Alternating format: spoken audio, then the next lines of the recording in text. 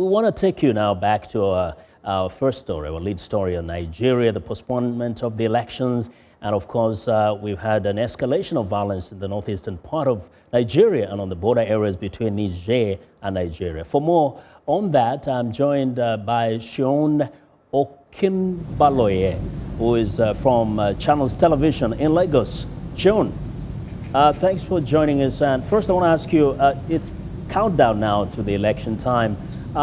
What is the general atmosphere, political atmosphere in the country? Well, the general atmosphere is filled with anxiety, anticipation. Nigerians really want to go to the polls. They're ready. You know, elections since 1999 when we had returned to civil rule.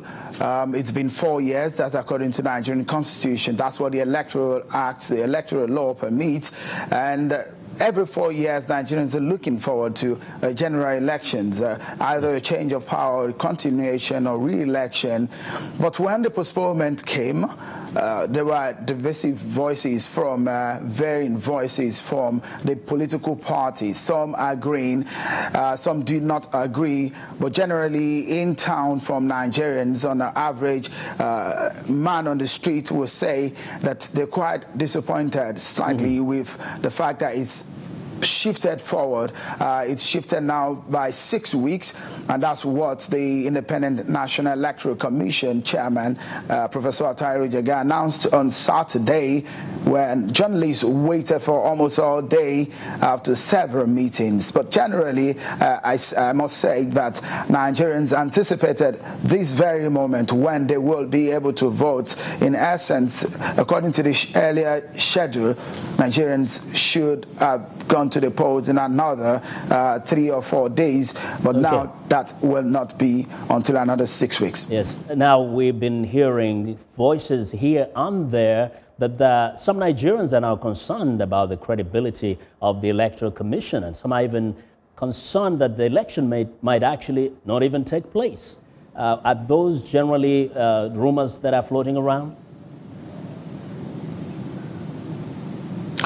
Well, not so much of a question on the integrity of the commission, the electoral commission here in Nigeria. On the average, my man on the street will not so much talk about the present man who holds the office.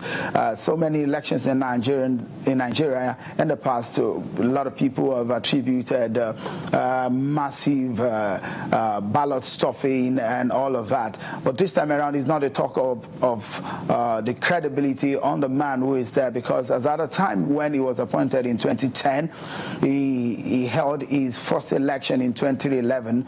A lot of trust in that person. He was a former vice chancellor of one of Nigeria's universities. He was a union leader of university teachers in Nigeria, and a lot of integrity and credibility is attached to his loins from the perspectives of Nigerians. But then this time around, it's somewhat a level of disappointment that what we have been expecting has not come today, but now that it's shifted, we hope that it will not further be postponed. Now, we know that the focus is on the violence in the northeastern part of Nigeria and the areas on the border with the neighboring countries. What is being witnessed in terms of practical action by the government that can give confidence that when the time comes for the elections, they will take place in an atmosphere of peace?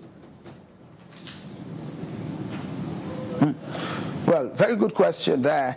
That's a major one. A lot of analysts in Nigeria, they've been asking the question, what about the northeastern region of Nigeria? Don't forget that 3 states out of the 7 states in that region were formerly under emergency rule.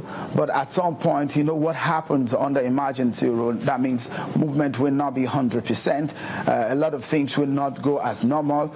But what we have right now is that the election was shifted because the commission says when it consulted with the security agencies and security chiefs, they say that they cannot guarantee security of material security of the staff of the electoral umpire.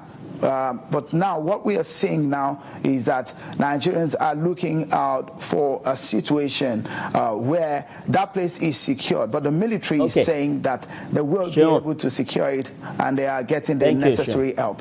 Seun, thank you very much. Seun Okinbaloye of Channels Television in Lagos. Thanks a lot.